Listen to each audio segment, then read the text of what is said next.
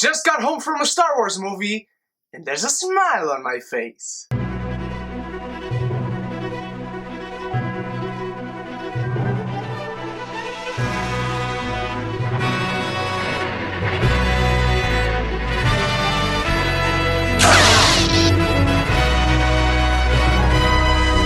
Rogue One, a Star Wars story, is directed by Gareth Edwards, written by Tony Gilroy and Chris Weitz, and it stars Felicity Jones, Diego Luna, Forrest Whitaker, Ben Mendelsohn, Alan Tudyk, Wen Zhang, Riz Ahmed, and Mads Mikkelsen. This tells a story of how some rebels are going to get the plans for the Death Star, among some other interconnected stories that I cannot spoil for you. My friends, this is a delight to have in the Star Wars universe. If you love Star Wars, there's no way you cannot love this movie. And if you don't love this movie, being a Star Wars fan, then I don't know nothing. First of all, the directing by Gareth Edwards. If you were worried that this was not going to be a war movie, this is a war movie. This is truly a film for adults. It feels real. It is raw. It is gritty. You feel everything that is going on, every shot, every fall, every bump that these characters take. It's so freaking real, from amazing sound design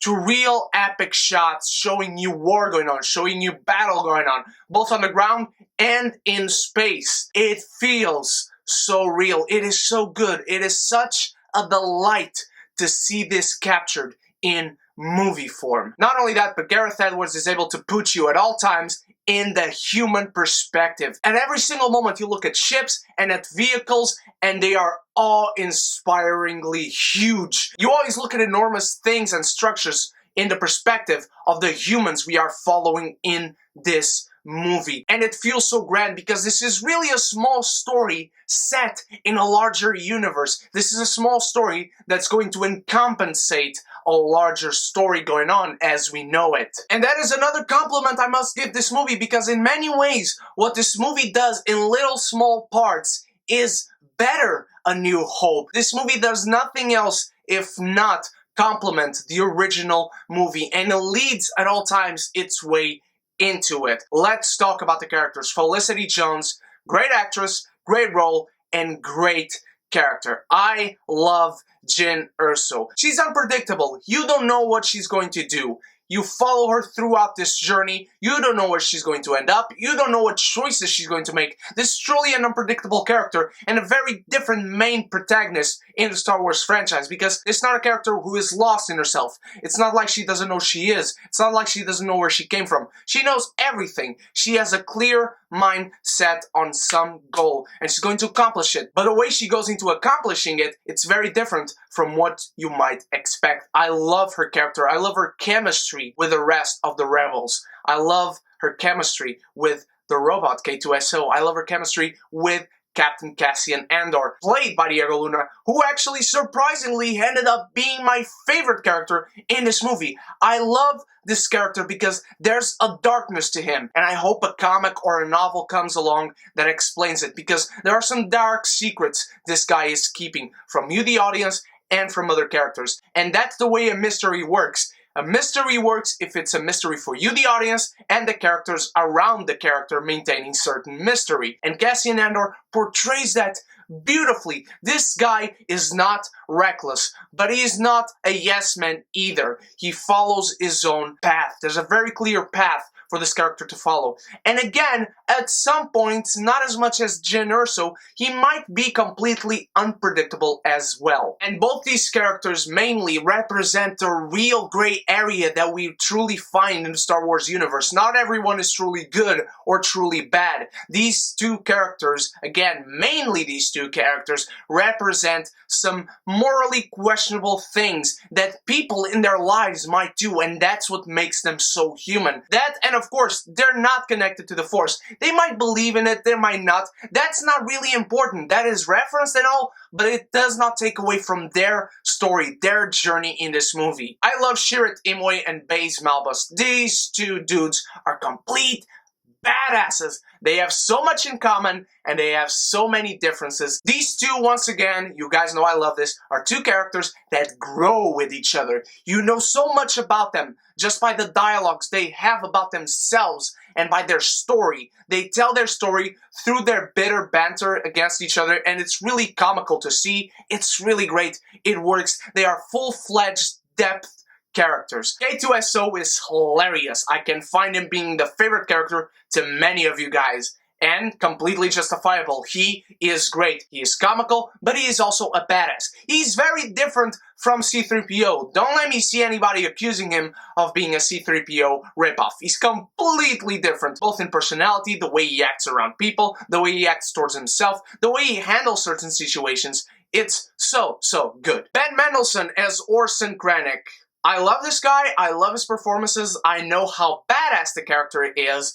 He is not the best Star Wars villain. He is not amongst the top 3. He's better than Darth Maul, at least as far as the movies are concerned, but he does not make a major impact physically with these characters, because his strength is not physical. He has his squadron of Death Troopers, which are freaking badass and very effective, let me tell you. These troopers are effective to their point. They achieve their goal in the most terrible way. But Orson Krennic is really a psychological game-playing kind of villain. He really likes to play with the minds of other characters. He really likes to show his force with, of course, his squadron. He likes to impose himself against others. And there's one character, which I'll talk about in a bit, but not so much because I don't want to spoil you guys, that he really has his bitter banter with as well. I love this guy. The villain was kind of lackluster from the way we see Star Wars villains up at their top, but still a very effective, good villain. The way this story flows, it's so gritty. This story has violence. Stormtroopers die with shots to the head, and you see it. There are many twists and turns that I was not expecting the story to make. There are many references to the original movie. Not the original trilogy, the original movie. They are so gratifying to see, and if you are a Star Wars fan, it's going to bring a smile to your face. These references are unbelievably great. They are unbelievably beautiful to see on screen because they do not take away from the story. They do not deter anything from the movie we are seeing. And again, Gareth Edwards knows how to handle this story very well. If I had to nitpick something, and trust me, it's nitpicky because honestly, I know Star Wars. I know how Star Wars should be handled.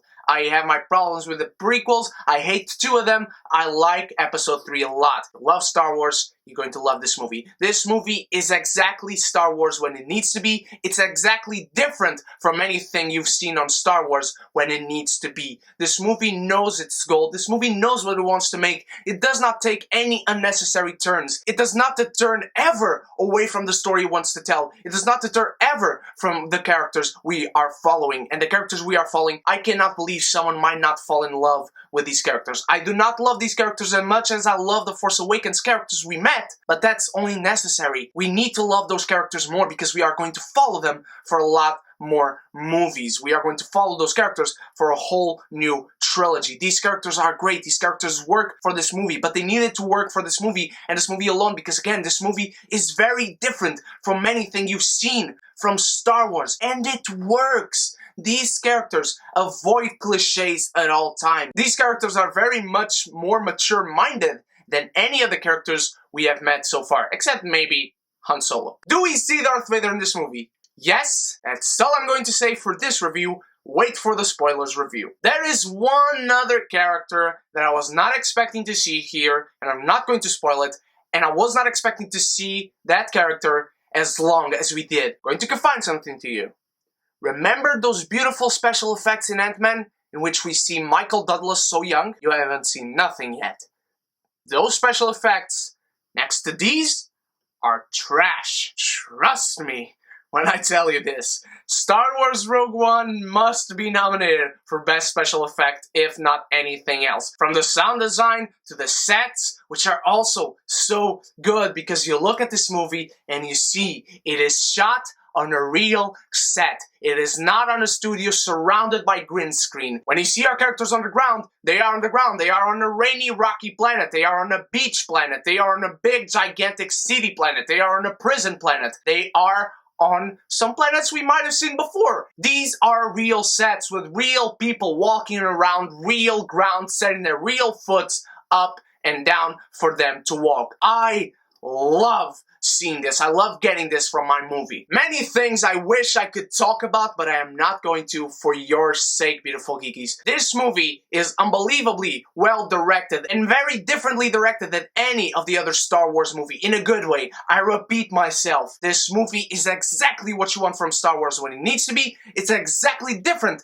from Star Wars when it needs to be, and trust me, you will feel so satisfied by seeing that. The beginning of this movie might feel a little shaky and a bit rushed because there are just so many characters to present. That is only necessary, and by the end of it, it feels like a nitpick. The third act of this movie is phenomenal. I repeat, phenomenal. The third act of this movie is maybe the best third act of the year. Yes, the best third act of the year. It's so great. So many things going on. It shifts from scene to scene in exactly the perfect way. It doesn't waste time. It goes for it exactly when it needs to go for it. It's just so great. It has great pacing. Despite what I said, it has great pacing. Whatever flaws I can talk about in this movie, as a whole, when a cohesive unit comes together, just like this movie did, I cannot talk shit about this movie. This is a great movie. This is a great Star Wars movie, and it is a great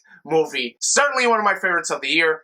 I have to nitpick this movie because by the end of it, again, when I think about the whole of this movie, nothing really bothers me. That's really hard to say, even in my favorite movies, which I have granted my highest grade possible.